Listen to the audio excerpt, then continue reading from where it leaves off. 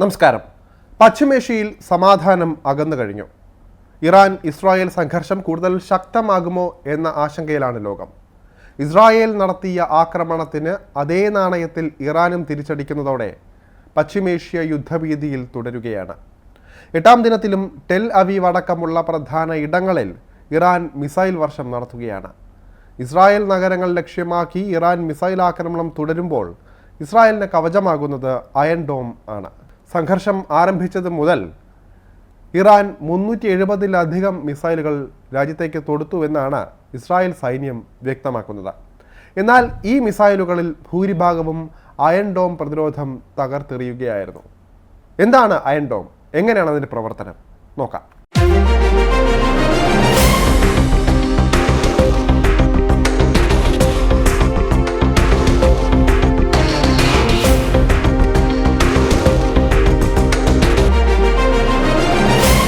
ഹ്രസ്വദൂര റോക്കറ്റുകളിൽ നിന്നും പീരങ്കി ഷെല്ലുകളിൽ നിന്നും രാജ്യത്തിന് സംരക്ഷണം നൽകുക എന്ന ലക്ഷ്യത്തോടെ വികസിപ്പിച്ചെടുത്ത ഒരു മിസൈൽ പ്രതിരോധ സംവിധാനമാണ് അയൺ ഡോം.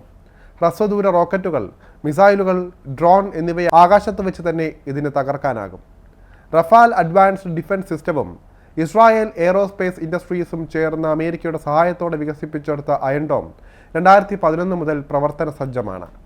ഗാസ മുനമ്പിൽ നിന്ന് തുടർച്ചയായി ഉണ്ടാകുന്ന റോക്കറ്റ് ആക്രമണങ്ങളെ ചെറുക്കുകയായിരുന്നു അയൺ ഡോമിൻ്റെ വികസനത്തിന് പ്രചോദനമായത്. അയൺ ഡോമിനെ മറികടന്ന ഇറാൻ്റെ മിസൈലുകൾ ഇസ്രായേലിൽ പതിച്ചത് എങ്ങനെയെന്ന ചോദ്യം സജീവമാണ്.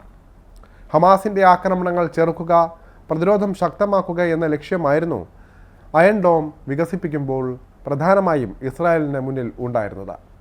ഗാസ മുനമ്പിൽ നിന്ന് ഹമാസും ലെബനൻ അതിർത്തിയിൽ നിന്ന് ഹിസ്ബുള്ളയും നടത്തുന്ന വ്യോമാക്രമണങ്ങളെ അയൺ ഡോം പ്രതിരോധിച്ചു. ഹമാസിൻ്റെയും ഹിസ്ബുള്ളയുടെയും മിസൈലുകൾ ആകാശത്ത് വെച്ച് തന്നെ തകർക്കാനായി. ഇതുവഴി ഇസ്രായേലിലെ നഗരങ്ങളെയും സൈനിക താവളങ്ങളെയും സംരക്ഷിക്കാനായി. ഇസ്രായേൽ ലക്ഷ്യമാക്കിയെത്തുന്ന റോക്കറ്റുകളെയും മിസൈലുകളെയും റഡാർ സംവിധാനത്തിലൂടെ ആദ്യം കണ്ടെത്തും. വേഗത, ദൂരം, ലക്ഷ്യമാക്കുന്ന പ്രദേശം എന്നിവയടക്കമുള്ള പ്രാഥമിക വിവരങ്ങൾ മനസ്സിലാക്കും.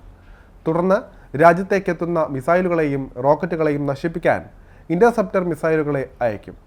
ടാമർ മിസൈലുകൾ ഉപയോഗിച്ചാണ് എതിരാളികളുടെ മിസൈലുകളെയും റോക്കറ്റുകളെയും ആകാശത്ത് വെച്ച് തന്നെ ഇല്ലാതാക്കുന്നത്. ജനവാസ കേന്ദ്രങ്ങൾ, നിർണായക സ്ഥാപനങ്ങൾ, സൈനിക താവളങ്ങൾ, നഗരങ്ങൾ എന്നീ പ്രധാന കേന്ദ്രങ്ങളെയാണ് അയൺ ഡോം സുരക്ഷിതമാക്കുക. അതുകൊണ്ട് തന്നെ റഡാറുകൾക്ക് നിർണായക പങ്കാണ് ഉള്ളത്. റഡാറിൽ നിന്ന് ലഭിക്കുന്ന വിവരങ്ങൾ അതിവേഗം പ്രോസസ്സ് ചെയ്യും. ഉടനടി ഇൻ്റർസെപ്റ്റർ ആവശ്യമാണോ എന്ന് തീരുമാനിക്കും. അതിവേഗത്തിലുള്ള ഈ തീരുമാനങ്ങൾ കൈക്കൊള്ളുന്നത് ബാറ്റിൽ മാനേജ്മെൻറ്റ് ആൻഡ് കൺട്രോൾ സിസ്റ്റമാണ്. രാജ്യത്തേക്കെത്തുന്ന മിസൈലുകൾ അല്ലെങ്കിൽ റോക്കറ്റുകൾ കനത്ത ഭീഷണിയാകുമെന്ന് വ്യക്തമായാൽ അപ്പോൾ മാത്രമാണ് ഇൻ്റർസെപ്റ്റർ വിക്ഷേപിക്കുക. വായുവിൽ സഞ്ചരിക്കുന്ന ഇൻ്റർസെപ്റ്ററിനെ നിയന്ത്രിച്ച് ലക്ഷ്യസ്ഥാനത്ത് കൃത്യമായി എത്തിക്കാനും മാർഗനിർദ്ദേശങ്ങൾ നൽകാനും ഇതിലൂടെ സാധിക്കും. അയൺ ഡോമിൻ്റെ ഫലപ്രാപ്തിയെക്കുറിച്ചും വിശദീകരിക്കേണ്ടതുണ്ട്. 75% മുതൽ 95% വരെയാണ് അയൺ ഡോമിൻ്റെ ഫലപ്രാപ്തി എന്നാണ് വിലയിരുത്തുന്നത്. 2015 വരെയുള്ള കണക്കുകൾ പ്രകാരം ഏകദേശം 1500 ഇടപെടലുകൾ വിജയകരമായിരുന്നുമായി ബന്ധപ്പെട്ട. എന്നാൽ ഇസ്രായേൽ ഹമാസ് സംഘർഷത്തിനിടെ പലപ്പോഴും അയൺ ഡോമിൻ്റെ ഫലപ്രാപ്തി ചോദ്യം ചെയ്യപ്പെട്ടിരുന്നു. ഹമാസ് അയച്ച മിസൈലുകളിൽ പലതും ഇസ്രായേലിലെ നഗരങ്ങളിൽ പതിച്ചതാണ് ഈ ആശങ്കയ്ക്ക് കാരണം. ഇതേ അവസ്ഥയാണ് ഇറാനിൽ നിന്ന് ഇസ്രായേൽ ഇപ്പോൾ നേരിട്ടുകൊണ്ടിരിക്കുന്നത്. ഇറാൻ തൊടുത്ത മിസൈലുകളിൽ പലതും ഇസ്രായേലിലെ നഗരങ്ങളിൽ പതിക്കുകയും കനത്ത നാശനഷ്ടം സംഭവിക്കുകയും ചെയ്യുന്നുണ്ട്. ഒരേ സമയം എത്തുന്ന നൂറുകണക്കിന് മിസൈലുകളെ നിർവീര്യമാക്കാൻ അയൺ ഡോമിന് സാധിക്കാതെ വരുന്നുണ്ട്. ഇതിനുള്ള പ്രധാന കാരണം ഇത് ഇസ്രായേലിൻ്റെ വ്യോമ പ്രതിരോധത്തിൻ്റെ താഴത്തെ പാളിയാണെന്നുള്ളതാണ്.